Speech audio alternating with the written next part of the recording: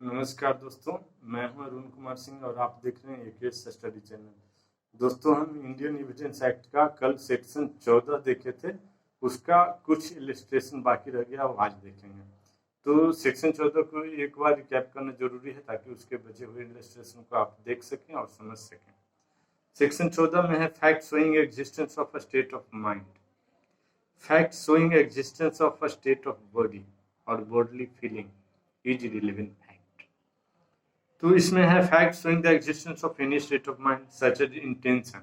किसी का इंटेंशन है तो इंटेंशन गुड भी हो सकता है, इंटेंशन बैड भी हो जाता है, तो वो रिलेवेंट है। कौन किसका गुड इंटेंशन तो वो मर्डर नहीं किया, जिसका बैड इंटेंशन तो मर्डर किया है या किया होगा, तो उसको सर्कमस्टेंशियल एविडेंस द्वारा उस पर साबित किया जा सकता है। उसको नॉलेज, किसी का नॉलेज है कि वहां पर जमीन में सोना गाड़ा एक आदमी रखता है, तो नॉलेज बहुत काम का हो सकता है कि उसके लिए कि बैड डायरेक्शन में कि रात में जाएगा, उसको मिट्टी डिग करके और उसके संदूक जो है, बॉक्स है, वो सोने का वो निकाल के लेके चला जाएगा। तो नॉलेज, कोई पार्टिकुलर व्यक्ति कहाँ से कहाँ कब गुजरता है तो उसको वहां मर्डर कर देगा, वहां वेट करेगा। वहां कोई पार्टिकुलर व्यक्ति कितना बजे दारू पीता है, कितना बजे चाय पीता है, तो उसके चाय या दारू में टैबलेट डाल सकता है। तो ये नॉलेज एक रिलेवेंट फैक्ट हो जाएगा।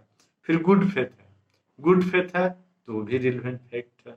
यदि नेग्लिजेंस है और रैशिंग है, नेग्लिजेंस है तो वो भी मीन्स रिलेवेंट फैक्ट है। नेग्लिजेंस द्वारा आप कुल्हाड़ी चला रहे हैं, एक्स द्वारा वुड को कट कर रहे हैं और एक्स का हेड निकल के फ्लाई होकर के किसी को लग गया, उसकी डेथ हो गया, तो आप वहां पर आपका नेग्लिजेंस है, वो रिलेवेंट फैक्ट है। और rashness, rash driving endangering public life, section 279 of Indian penal code, तो इसमें पनिशेबल है। तो ये भी एक रैश, आपको करें तेजी से कुछ करें, जल्दी से करें, गाड़ी को तेज में चला रहे हैं जिससे आपको उस पर कंट्रोल न रहे, तो ये एक रिलेवेंट फैक्ट है। इल विल रिलेवेंट फैक्ट है, गुड विल रिलेवेंट फैक्ट है, state of mind, state of body, body का फीलिंग जो है रिलेवेंट फैक्ट है। तो इसका हम आधा एग्जाम्पल कल देख चुके हैं, आधा एग्जाम्पल आज देखते हैं।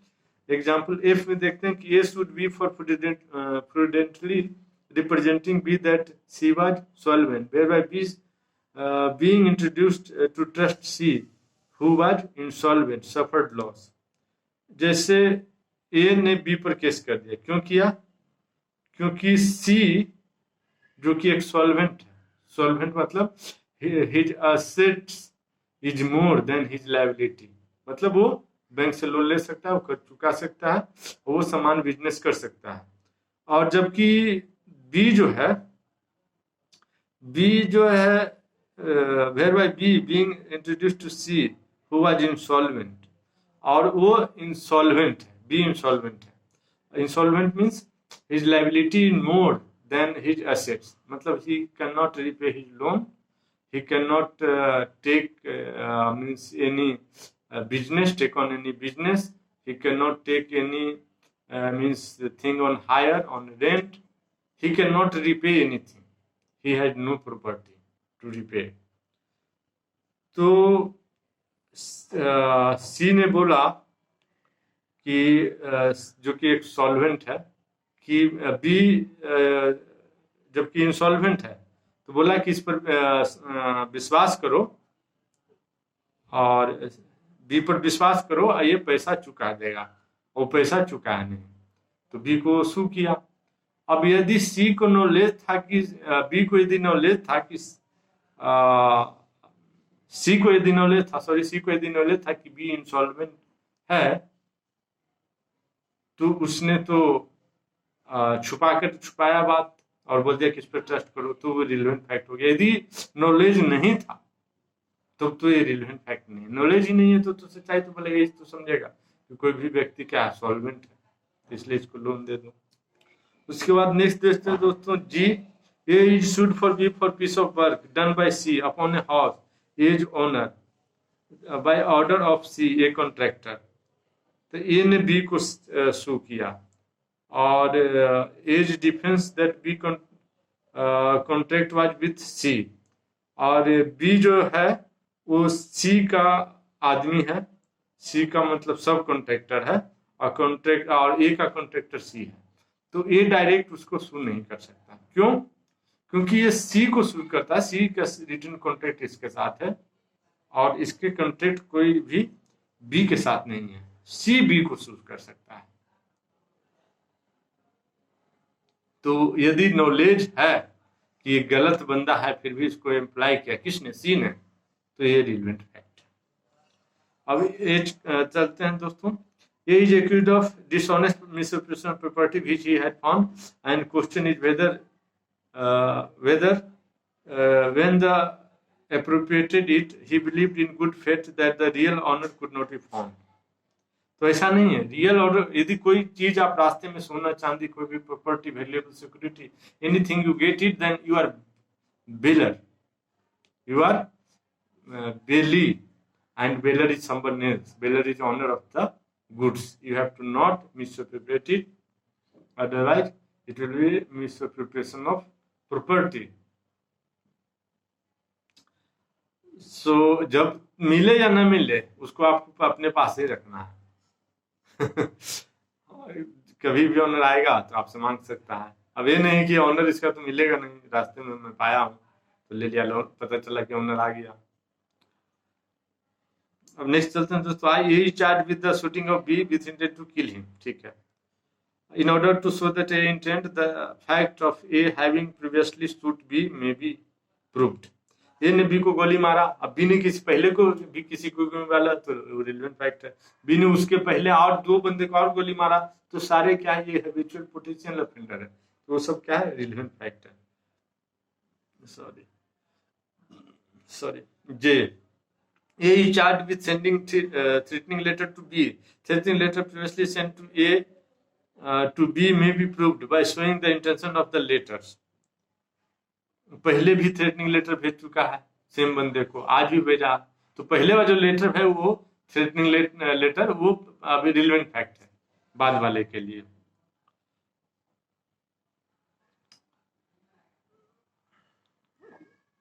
आई जे के दोस्तों, the question is whether a has been guilty of cruelty towards B his wife. Expression feeling towards each other shortly before or after the alleged cruelty is relevant fact.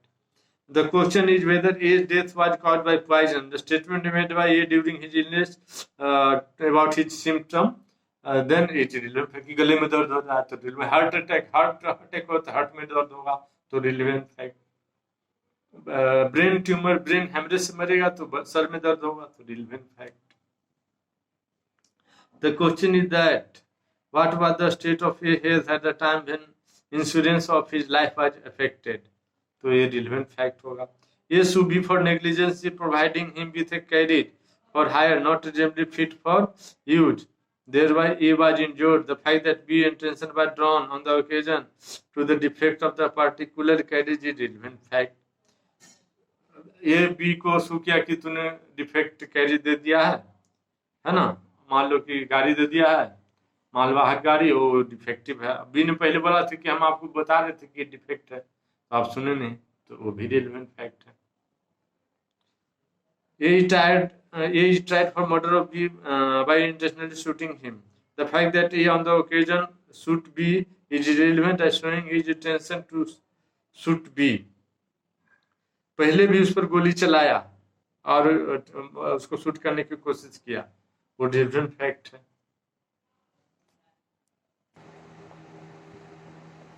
Section 15 देखते हैं दोस्तों अभी। The fact bearing on question whether an act was accidental और intentional. यदि accidental है तो कोई सजा नहीं है, और इंटेंशनल है तो पूरी सजा। यदि इंटेंशन से किसी का डेथ कर दिए गाड़ी द्वारा अपना ही कुचल के, तो एक्सीडेंटल नहीं, वो इंटेंशनल यदि साबित हो गया तो मर्डर की सजा होगी। Where there is a question whether an act was accidental और इंटेंशनल और done with a particular knowledge और intention, the fact that such act formed part of series of similar occurrence in such of which the person doing the act was concerned is relevant. जैसे पहले से दुश्मनी है, पहले से मारपीट हुआ, फिर यहाँ मिल गया, गांव पे आया, गांव पे मिला, खेत में मारपीट हुआ था, तो यहाँ पर इसने क्या किया कि गाड़ी लिया, उसको गाड़ी से कुचल दिया कि सुना हूं मैं कि गाड़ी से कुचलने से कोई केस नहीं होता है। तो ये रिलेवेंट फैक्ट हो जाएगा और प्रीवियस एक्ट इसका रिलेवेंट हो जाएगा ये साबित करने के लिए कि इसका एक्ट जो है वो एक्सीडेंटल नहीं है, इंटेंशनल है। एग्जाम्पल इलस्ट्रेशन देखते हैं दोस्तों। ये should B for burning down his house in order to obtain money for which it is insured. ये को केस चलाया इंश्योरेंस कंपनी ने कि यह अपना घर जला देता है बार बार। तो कैसे साबित होगा? तो बोला कि हमारे साथ इसने 10 इंश्योरेंस हाउस का किया है और एक घर जलाता है, इसके पास 10 घर है। एक घर जलाता है, उसका इंश्योरेंस ले लेता है, फिर दूसरा घर जलाता है, फिर उसका इंश्योरेंस लेता है, तीसरा घर जला लेता है, उसका इंश्योरेंस का अमाउंट ले लेता है। ऐसे बार बार हैबिचुअल ऑफेंडर है, बार बार करता है। तो जो पिछले जितने घर जलाए थे वो क्या है? रिलेवेंट फैक्ट है। ये साबित करने के लिए कि इसका जो एक्ट है वो इंटेंशनल है और सजा होनी चाहिए, क्रिमिनल लायबिलिटी है, एक्सीडेंटल नहीं। Next example, B A is employed to receive money from the debtor of B. ठीक है, it is a duty to make entries in a book of showing the amount received by him. He makes an entry showing that on a particular occasion he received less than he really did receive. The question is whether that false entry was accidental or intentional. The fact that other entry made by A in the same book are false and that the false entry is in question in case in favor of A are relevant. पहले भी A ने B को बोला कि पैसा ले लो, जाके rent collect कर लो, दिल्ली में जाके, पटना से बोल रहा है। अभी वो रेंट तो कलेक्ट किया और एंट्री बुक में कमी दिया, कम पैसा दिया, और ऐसे वो कई बार पीछे भी कर चुका है। तो पहले जो कई बार कर चुका है वो रिलेवेंट फैक्ट होगा ये साबित करने के लिए कि तुम इस बार जो किया हो वो इंटेंशनल क्यों, एक्सीडेंटल नहीं, एक क्लरिकल मिस्टेक नहीं है। A is accused of fraudulently delivering to B a counterfeit coin. ठीक है, the question is whether the delivery of rupees was accidental. The fact that soon after the delivery of to B, A delivered counterfeit rupees to C, D, and E are relevant, showing that the delivery to B was not accidental. Delivery to B was intentional because पहले भी यह counterfeit, क्योंकि पहले भी यह counterfeit coin को सभी लोगों को दे चुका है और इस बार जो दिया है वह पहले जो दिया है उससे साबित होता है कि इसका जो एक्ट है एक्सीडेंटल नहीं, इंटेंशनल है। जैसे मेरे को कोई काउंटरफेट कॉइन मिला, हमें उस पर ध्यान नहीं दिया, तो मैं तो आगे दुकान वाला कर दूंगा, तो मेरा एक्ट कैसा हुआ? एक्सीडेंटल हुआ, तो कोई अपराध नहीं है। लेकिन मैं पहले इसको दिया हूँ आज काउंटरफेट कॉइन, फिर उसको दिया, सभी को दुकानदार वाले को दे दिया और सभी मेरे को जानने लगे कि ये तो counterfeit, dealing with counterfeit coin, ये नकली पैसे से डील करता है और इसका कहीं से कनेक्शन है गलत, तो ये इंटेंशनल एक्ट है, ये रिलेवेंट फैक्ट हो जाएगा। अब सेक्शन 16 देखते हैं दोस्तों। Extension of course of business when relevant, यदि existence of course of business when there is a question whether a particular act was done in the course of any business, in the existence of course of any business, according to which it naturally would have been done, is a relevant fact. जैसे कोई course of business में आप किए हैं तो relevant fact है, वो सच्चाई माना जाएगा। आप डेली बुक ऑफ अकाउंट में एंट्री करते हैं, तो डेली जो करते हैं आप पहले से एंट्री आप दिखा दिए कि इसने 1 लाख रुपया मेरे से उधार लिया है, बुक ऑफ एंट्री में यहाँ एंट्री है बुक ऑफ रिकॉर्ड में, तो वो रिलेवेंट फैक्ट होगा दोस्तों। उसके आधार पर ये बोला जाएगा कि हाँ तुम इसको अपना लोन पे करो। The question is whether a particular letter was dispatched, the fact that it was ordinary course of business for all letter put in certain place to be carried to the post and that particular letter was put in that place are relevant, कि सारे letter एक निश्चित जगह से दिया गया और course of business में वो ट्रांजैक्शन हुआ, वो रिलेवेंट फैक्ट है कि ये भी लेटर यहीं से गया है। The question is whether a particular letter reached A, the fact that it was posted in the due course, मतलब ये ड्यू कोर्स में सही समय पे लेटर पोस्ट किया गया है तो उसके पास ये पहुंच गया होगा लेटर, क्योंकि डाक से इधर उधर होने के चांस नहीं है normally. Was not return through the dead letter end, और दूसरे एंड से रिटर्न भी होकर मेरे पास नहीं आया और मैं स्पीड पोस्ट किया हूँ, टाइम पे इसका स्लिप है, तो ये इसका मतलब कि उसके पास मिल गया, उसने वो फाड़ दिया। तो ये रिलेवेंट फैक्ट हो जाएगा दोस्तों। अब हम नेक्स्ट है दोस्तों एडमिशन। तो एडमिशन को कल देखेंगे, हल्का यहाँ देखते हैं कि एडमिशन डिफाइन। एडमिशन क्या है? एक स्टेटमेंट है, ओरल और डॉक्यूमेंट्री और कंटेंट इन इलेक्ट्रॉनिक फॉर्म। ये स्टेटमेंट है विच सजेस्ट एनी इन्फ्रेंसेज, जो कि एक कंक्लूजन को सजेस्ट करता है, एक रिजल्ट को सजेस्ट करता है, as to any fact in issue, किसी फैक्ट एंड इशू के बारे में कंक्लूजन बताता है। और रिलेवेंट फैक्ट तो थर्ड लेयर में जाएगा, जैसा कि आपको लेयर बता चुका हूं मैं लास्ट वीडियो में।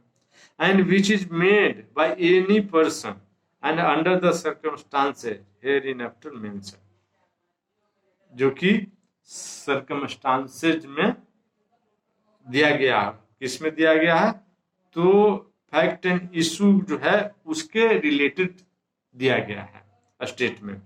तो ऑल द स्टेटमेंट कैसा हो जाएगा? वो एडमिशन कहलाएगा, जिससे कि फैक्ट एंड इशू के संबंध में हम कुछ कंक्लूजन इन्फ्रेंसेज निकाल सकें। Amini versus state of Kerala 1998 का केस है कि statement made before doctor is admissible, statement made before doctor is admission and it is admissible in evidence. तो आज के लिए इतना है दोस्तों, कल से हम देखेंगे सेक्शन 18। Thank you.